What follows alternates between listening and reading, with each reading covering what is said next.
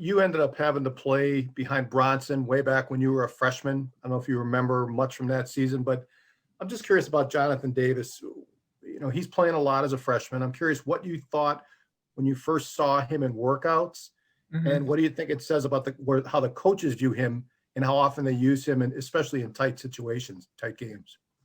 Yeah. Obviously, he's a really athletic wing.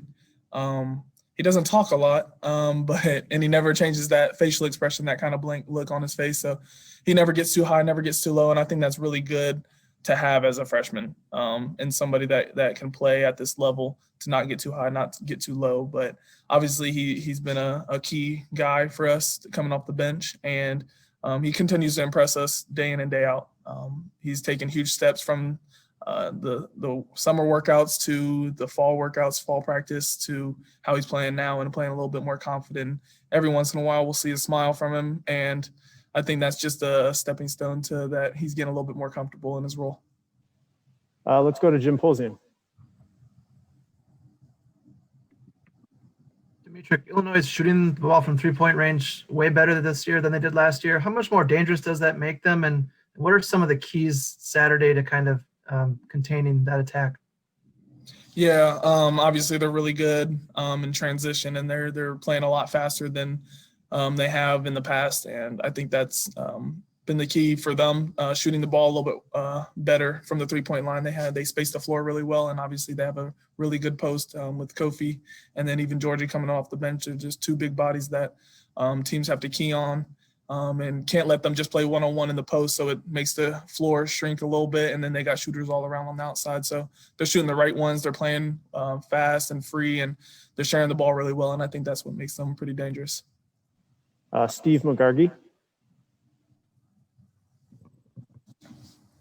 Just wondering, and you'll have a number of fifth-year seniors on your team. I know your red shirt was kind of more an injury deal than anything else, but having that extra year of experience, how do you think that's kind of helped y'all as a team and you personally in your development? How do you think it's helped, just the experience factor there?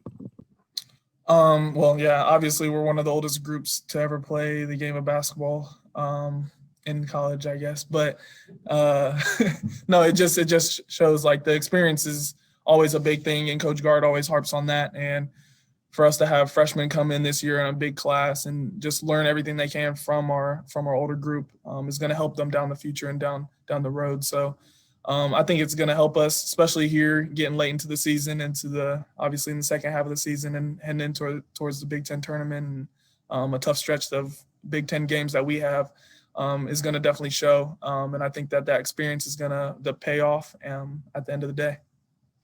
Let's go to Josh Schaefer next. Josh. Dimitri, last couple of games you haven't been shooting as well as you were for basically the entire season before that. Is there anything you think that's led to that, and how do you sort of break out of that, or is it kind of not that big of a deal and it's just a 3-game spurt that happens? I've tried not to think about it too much. I stay confident always in everything that I do, and there's obviously other ways that I can impact the game rather than just my scoring or ability to put the ball in the rim. So there's just different ways that I got to continue to tweak my game. Teams are going to guard me a little bit different day in and day out, and the coaches are talking to me on different ways to give me better and easier shots. But it's just something that I have to deal with, and I'm continuing to stay confident and trust the process that I've been through and the work that I put in. So it's definitely going to be coming back, and I'm hoping it's this game. Time for 2, maybe 3 more. Let's go to Ben Morgul next. Ben? Meech, you just kind of talked about when you're not scoring well, you can kind of find other ways to impact the game. Could you give me your take on Brad? Brad hasn't been shooting the ball particularly well as of late, but yet still kind of doing things defensively. Can you just rate what he's doing for this group defensively this year? And is he playing at a higher level than he has in past years on that end of the floor, or is he just kind of the Brad Davison that we've seen in the last couple of years? Brad's Brad. Brad's always going to bring that energy. Definitely when I'm watching the games afterwards, he's always the guy that you can hear on the court. He's always talking, whether he's in the game or he's out of the game, you can always hear and pick out his voice. So he brings a lot more to the game than just his shooting ability. And then like last game, he hit some big shots and some things to space out the game a little bit, but he does a lot of other little things well, whether that's taking the charge when we need it or getting defensive rebounds and boxing out. And he takes charge in those aspects of the game rather than just shooting and just scoring the ball. So some days it's his night and some days it's not, but you can always get and count on him on the defensive end to continue to communicate and stay locked in on that end. Jeff Patrikas, let's go back to you. And Dimitri, I don't know if you looked at the tape of last year's Illinois game yet, but whether you have or not, do you recall how Io made play after play after play down the stretch in that game? And if so, what do you have to do to try to avoid that again? I know he's good, obviously. Yeah. Io is obviously a really, really good NBA caliber type player. And he's obviously a key focal point for any team that plays against Illinois. But yeah, it's just figuring out his weak spots and figuring out their team weak spots. But it really falls back on us. And if we play together on the defensive end, like we did, especially in the second half of the Penn State game, I think that we can shut anybody down. It's not just on one person, whether that's Brad, me, T-Wall, Aleem, whoever gets switched out on him. It's a team defense and team aspect and team like-minded thing that we need to get done on the defensive end. So we got to just continue to play Wisconsin defense like we did and do that for 40 minutes. All right, last one here with Jim. We'll go back to you. And then we got to. Dimitri, you mentioned this tough stretch coming up, and I know you guys are pretty good at just focusing on one game at a hand, but do you look at this as an opportunity more than anything else to, regardless of what's happened in the past, to, you still have time to kind of show who you guys are, I guess? Mm-hmm. Definitely.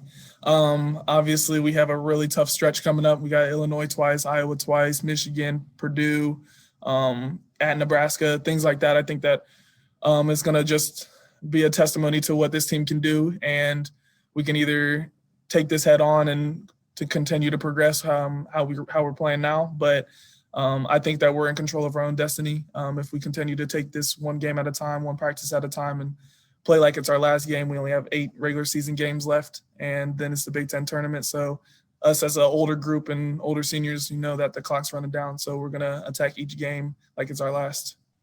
All right. Thanks, Meech.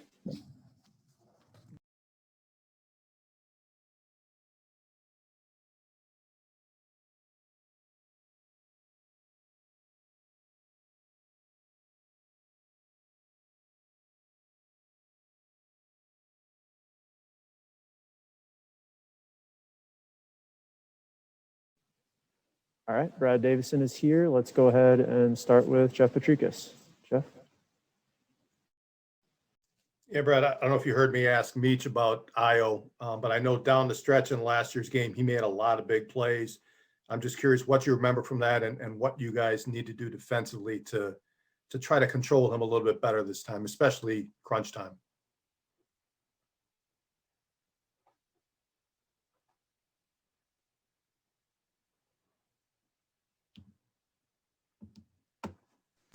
Hold that thought. Now we're. Yep.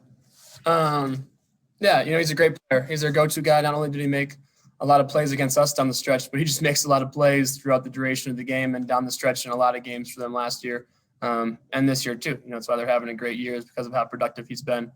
So I think, I haven't got a chance to watch last year's game, but I definitely remember a lot of the plays, and I remember kind of being in control of that game for just about like 37, 38 minutes. Then they got hot at the end, made some big plays, and you look up at the scoreboard, no time was left and we lost, and you kind of didn't really know how that happened.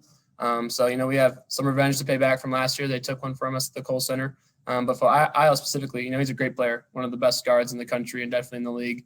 So you got to try to make sure he doesn't get comfortable early. Don't let him get to where he wants to get to. It's not going to be one guy. It's what we pride ourselves on, is playing team defense and being united and connected on that side of the ball. So it's going to take all 5 of us to try to slow him down and contain him. Let's go to Jim Polsey. Jim? He's shooting the ball a lot better from 3-point range, and so are some guys around him. I think they've gone from like last in the Big Ten in 3-point shooting to near the top. How much more dangerous does that make them when they have the weapons that can get to the basket, and yet they have guys around them that can shoot too?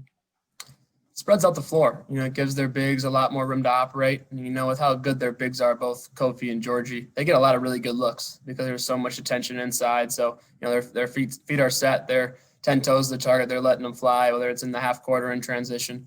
So they get a lot of good looks because of all the attention inside, and they're really good, capable shooters there to knock them down. So you kind of gotta pick your poison. It's why they're a really good team, why they've done really well. There's a lot of different challenges that go into it, but we're ready for it. It's how our defense is built to try to take advantage of a team like this. So we want to make sure that we go out there and play our ball and dictate what they can do.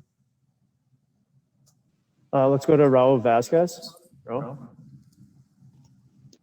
Hey, Brad, Illinois, kind of like Penn State, they like to get up and run. I wanted to ask how you try and stop that. Is that as simple as just getting back quick? And then as a second part, does that influence your shot selection? Because a long three-point miss could be just as bad as a turnover to allow them to run. Transition defense starts on the offensive side of the ball. So whether it's taking care of the ball, getting good shots, making shots, getting to the free throw line, making sure you don't have any live ball turnovers, all those things are big factors in the transition defense. But transition defense is key for us in every game, not let alone Illinois, who gets up and down with the best of them in the country.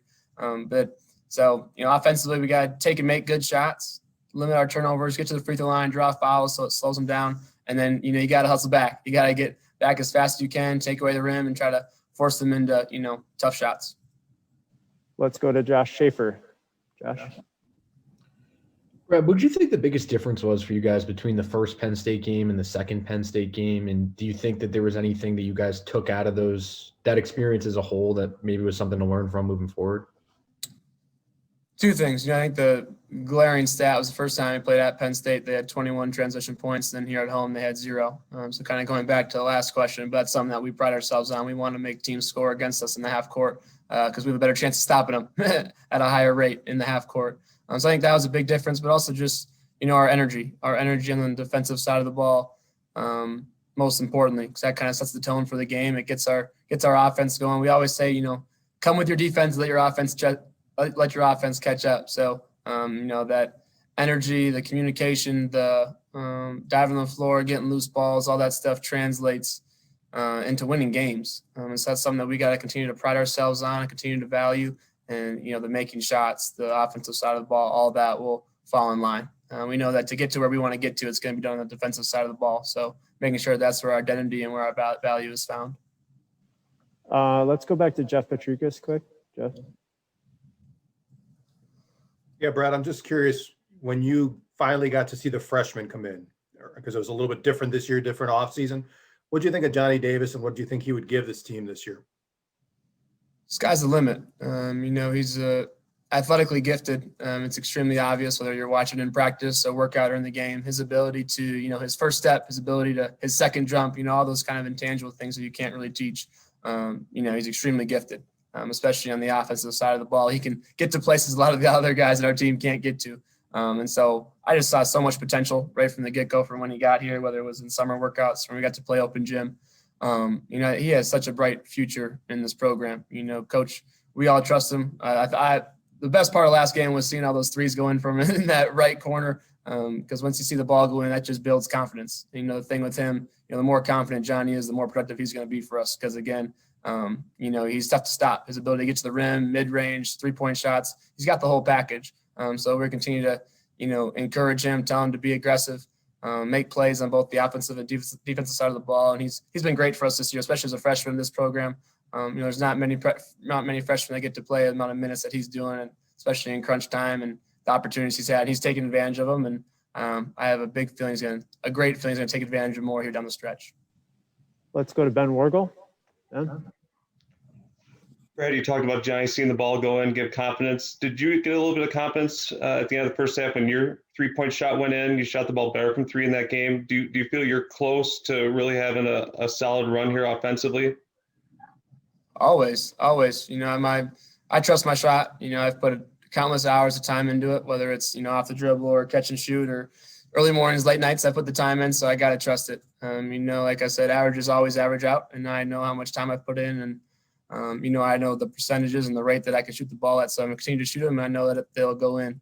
So seeing one goes in always helps you, because then you're kind of hunt the next one. But again, like we always say here, especially these last few games, our focus is going to be on the defensive side of the ball and let offense catch up. We know that if we want to win games, it's going to be from getting stops. George Valecki, go to you. Yeah, Brad, the challenge that both Andre and Io present, it's one of the most talented backcourts in the country with all the playmaking they do. What are the challenges that matchups presents? And also, how do you and Dimitrik and the rest of the guys win that matchup as well? Yeah, extremely talented. Not only those two guys, but their other guards, their other pieces of their backcourt, whether it's they start or come off the bench. They're very talented. Their ability to create shots for themselves, their ability to create shots for others. And not to mention, they got some great big guys inside. They got to take up a lot of your attention too. So again, the key is to not let them get to where they want to get to. Don't let them get comfortable right from the start. Be the aggressor and kind of set the tone to dictate what's going to happen in the game. So, like I said, you can't stop all of them, but you can pick your poison. You can contain and dictate what's going to happen. So that's our goal going into the game. Last one here. Let's go back to Raul Vasquez. Raul. Hey, Brad, the group of guys in the rotation that played with each other for a long time, I wanted to ask if there's any cool stories of the bond that you guys have, and then if there's any moments of kind of unspoken communication on the floor. Countless stories I could tell. It goes by fast, whether it's you've been here 3, 4, 5. Sometimes it seems like people have been here 8, 9 years, depending on who you ask. The years go by fast, but there's some long days in the middle of it that people don't necessarily get to see.